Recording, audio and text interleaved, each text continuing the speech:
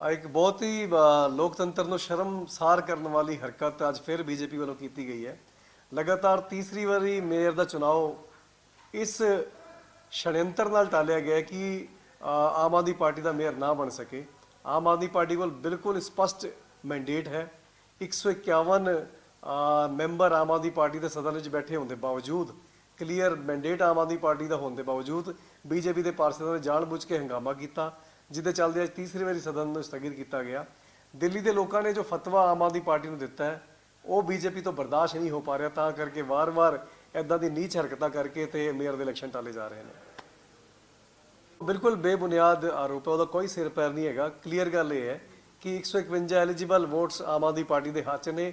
ਦਰਅਸਲ ਹੈ ਉਸ ਜੋ ਨਤੀਜੇ 7 ਦਸੰਬਰ ਨੂੰ ਆਏ ਨੇ ਦਿੱਲੀ ਨਗਰ ਨਿਗਮ ਦੇ, ਉਹਨੂੰ ਪਹੁੰਚਾ ਨਹੀਂ ਪਾ ਰਹੇ, ਕਿਉਂਕਿ ਇਸ ਤੋਂ ਪਹਿਲਾਂ ਵੀ ਕਈ ਵਾਰੀ ਇਹ ਹੋਇਆ ਜਿੱਥੇ ਬੀਜੇਪੀ ਕੋਲ ਨੰਬਰਸ ਘੱਟ ਹੁੰਦੇ ਨੇ, ਇਹ ਖਰੀਦ ਫਰੋਖਤ ਕਰਕੇ ਡਰਾ ਧਮਕਾ ਕੇ ਆਪਣੀ ਸਰਕਾਰ ਬਣਾ ਲੈਂਦੇ ਨੇ।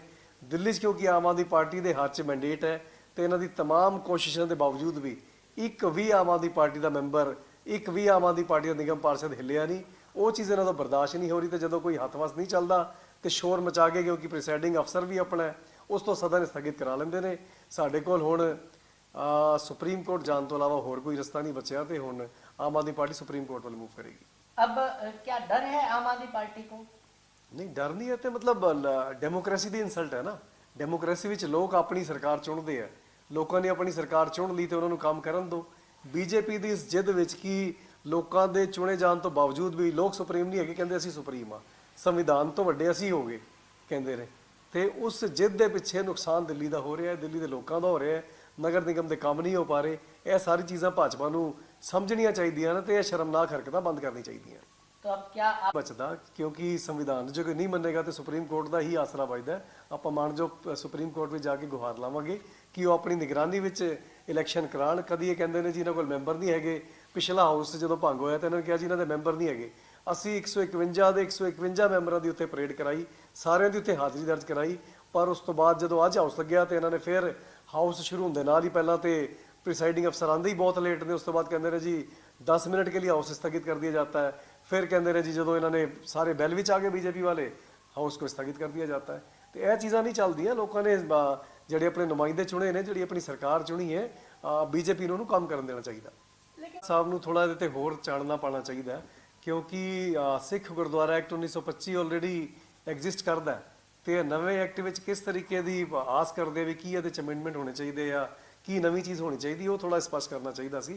जिन्ना को उन्होंने कहा वो यही समझ आता भी एक होर एक्ट बनाया जाए, पर ऑलरेडी एक्ट ऑलरेडी एग्जिस्ट करता है। क्या जिस तरीके से जो अलग अलग कमेटियां बन रही है राज्यों की, क्या इसका डर जो है सता रहा है? वेखो जो मेजोरिटी सिख आबादी है वो तो पंजाब, हरियाणा, दिल्ली आस पास के सूबे च रहिंदी है, तो दिल्ली में भी DSEMC के इलैक्शन होंगे ने, हरियाणा भी वक्री कमेटी बन गई है, तो पंजाब च भी SGPC काम करती है। हाँ, SGPC के इलैक्शन जरूर मैनूं लगता है होने चाहिए ने, जो कि काफ़ी टाइम तो डिले हो रहे हैं, पर जथेदार साहब ने किस मंशा नाल यह गल आखी है उन्होंने तो होर थोड़ा तुहानूं इन्फॉर्मेशन लेनी चाहिए है। क्या SGPC के इलेक्शन की बात करी है, क्या उसमें केंद्र सरकार की तरफ से कुछ अड़ंगा है या फिर राज्य सरकार की? मैनूं लगता है कुछ मामला सब जुडिस सीगा ते इलैक्शन तो होने चाहिए ने। बिल्कुल काफ़ी लंबे टाइम तो संगतां दी मंग है, तो जो भी ड्यू टाइम उहदे ते होने चाहिए ने। कुछ कोर्ट विच मामला सब जुडिस है, मैंने लगता है छेती निबड़ जाएगा तो SGPC के इलैक्शन होंगे। क्या पंजाब सरकार तैयार है SGPC के इलैक्शन? हाँ बिल्कुल, जो भी पंजाब सरकार के दायरे चाहता बिल्कुल वो पूरा तरीके नाल काम कराए जाएंगे, तो बिल्कुल शांति नाल SGPC के इलैक्शन कराए जाएंगे। अच्छा, आजकल सिख हेलमेट को लेकर एक जो आर्मी के सिख हेलमेट है उसको लेकर एक विवाद छिड़ा हुआ है, इस पर आप क्या कहेंगे? इकबाल सिंह लालपुरा साहब जो माइनॉरिटी कमीशन के चेयरमैन ने, वो ਇਹਦੀ ਦਲੀਲ ਦੇ ਰਹੇ ਨੇ ਕਿ ਹੈਲਮਟ ਲਾਣਾ ਚਾਹੀਦਾ ਹੈ। ਜਦੋਂ ਤੋਂ ਸ਼੍ਰੀ ਗੁਰੂ ਗੋਬਿੰਦ ਸਿੰਘ ਜੀ ਨੇ ਖਾਲਸਾ ਸਾਜਿਆ, ਇਸ ਪੱਗ ਦੇ ਨਾਲ ਸਿੱਖਾਂ ਨੇ ਬੇਹਿਸਾਬ ਜੰਗਾਂ ਜਿੱਤੀਆਂ, ਭਾਵੇਂ ਸਾਰਾਗੜ੍ਹੀ ਦੀ ਗੱਲ ਕਰੀਏ, ਭਾਵੇਂ ਦੇਸ਼ ਵਾਸਤੇ, ਦੇਸ਼ ਦੀ ਆਜ਼ਾਦੀ ਵਾਸਤੇ, ਆਜ਼ਾਦੀ ਤੋਂ ਬਾਅਦ ਸਗੋਂ ਪੂਰੀ ਦੁਨੀਆ ਵਿੱਚ ਜਾ ਜਾ ਕੇ ਸਿੱਖਾਂ ਨੇ ਇਸ ਪੱਗ ਨਾਲ ਜੰਗਾਂ ਲੜੀਆਂ ਤੇ ਫਤਿਹ ਕੀਤੀਆਂ। ਅੱਜ ਇਹ ਦਲੀਲ ਦੇ ਦੇਣਾ ਕਿ ਇੱਕ ਟੋਪੀ ਲਗਾ ਕੇ, ਇੱਕ ਹੈਲਮਟ ਲਗਾ ਕੇ ਤੁਹਾਨੂੰ ਤੁਹਾਡੀ ਸਿਕਿਉਰਿਟੀ ਵੱਧ ਜਾਏਗੀ ਤੇ ਜੰਗ ਤੇ ਜਜ਼ਬਿਆਂ ਨਾਲ ਲੜੀ ਜਾਣੀ ਜਾਂਦੀ ਹੈ। ਮੈਨੂੰ ਲੱਗਦਾ ਲਾਲਪੁਰਾ ਸਾਹਿਬ ਨੂੰ ਥੋੜਾ ਸਿੱਖ ਮਰਿਆਦਾ ਵੱਲ ਵੀ ਧਿਆਨ ਦੇਣਾ ਚਾਹੀਦਾ ਕਿ ਸਿੱਖ ਮਰਿਆਦਾ ਵਿੱਚ ਕਿਸੇ ਵੀ ਟਾਈਪ ਦੀ ਟੋਪੀ ਜਾਂ ਹੈਲਮਟ ਪਾਣਾ ਅਲਾਉਡ ਨਹੀਂ ਹੈਗਾ, ਤੇ ਇਸ ਮਰਿਆਦਾ ਵੱਲ ਧਿਆਨ ਦੇਣਾ ਚਾਹੀਦਾ, ਨਾ ਕਿ BJP ਦੇ ਕਹੇ ਤੇ ਉਹਨਾਂ ਦੀ ਹਮਾਇਤ ਕਰਨੀ ਚਾਹੀਦੀ ਵੀ ਹੈਲਮਟ ਪਾ ਲੈਣ। लेकिन सर ਵੇਖੋ ਕਿਸੇ ਸਜ਼ਾ ਯਾਫਤਾ ਜੋ ਸਜ਼ਾ ਭੁਗਤ ਰਿਹਾ ਹੈ ਪੇਰੋਲ ਤੇ ਬਾਹਰ ਆਇਆ ਹੈ, ਐਵੇਂ ਦੇ ਬੰਦੇ ਦੀ ਗੱਲ ਨੂੰ ਬਹੁਤਾ ਗੰਭੀਰਤਾ ਨਾਲ ਨਹੀਂ ਲੈਣਾ ਚਾਹੀਦਾ ਤੇ ਉਹਨਾਂ ਨੂੰ ਪਹਿਲਾਂ ਆਪਣੇ ਕਿਰਦਾਰ ਵੱਲ ਧਿਆਨ ਦੇਣਾ ਚਾਹੀਦਾ, ਫਿਰ ਦੂਜਿਆਂ ਦੀ ਗੱਲ ਕਰਨੀ।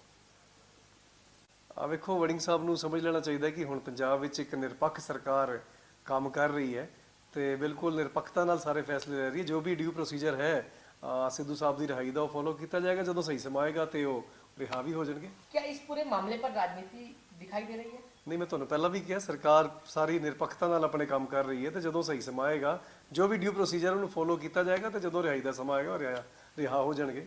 क्या कहा जा रहा था कि 26 जनवरी को वो रिहा हो सकते हैं, लेकिन नहीं, कहा कि फाइल जो है जो पंजाब के मुख्यमंत्री हैं भगवंत मान उनकी टेबल पर रखी है। ਇਹਨੂੰ ਕੋਈ ਕਾਂਗਰਸ ਦੇ ਲੀਡਰ ਜਾਂ ਕਾਂਗਰਸ ਦੇ ਪ੍ਰਵਕਤਾ ਕਾਂਗਰਸ ਹੈੱਡਕੁਆਟਰ ਵਿੱਚ ਬਹਿ ਕੇ ਉਹਨਾਂ ਦੇ ਦਫ਼ਤਰਾਂ ਵਿੱਚ ਬਹਿ ਕੇ ਤੈਅ ਨਹੀਂ ਕਰਨਗੇ ਕਿ ਪੰਜਾਬ ਵਿੱਚ ਕਿਸ ਕੈਦੀ ਦੀ ਰਿਹਾਈ ਕਦੋਂ ਹੋਣੀ ਹੈ। ਸਰਕਾਰ ਦਾ ਇੱਕ ਪ੍ਰੋਸੀਜਰ ਹੁੰਦਾ ਹੈ, ਜੋ ਰਿਵਿਊ ਬੋਰਡ ਹੈ ਉਹ ਰਿਵਿਊ ਕਰਦਾ ਹੈ ਤੇ ਉਸ ਤੋਂ ਬਾਅਦ ਅਕੋਰਡਿੰਗਲੀ ਜੋ ਉਹਨਾਂ ਨੂੰ ਸਹੀ ਲੱਗਦਾ ਉਹ ਤੇ ਕਾਰਵਾਈ ਕਰਦੇ ਨੇ ਤੇ ਇਹ ਚੀਜ਼ਾਂ ਪੰਜਾਬ ਕਾਂਗਰਸ ਦੇ ਦਫ਼ਤਰ 'ਚ ਨਹੀਂ ਤੈਅ ਹੋਣਗੀਆਂ, ਜੋ ਸਹੀ ਜਗ੍ਹਾ ਉੱਥੇ ਹੀ ਤੈਅ ਹੋਣਗੀਆਂ।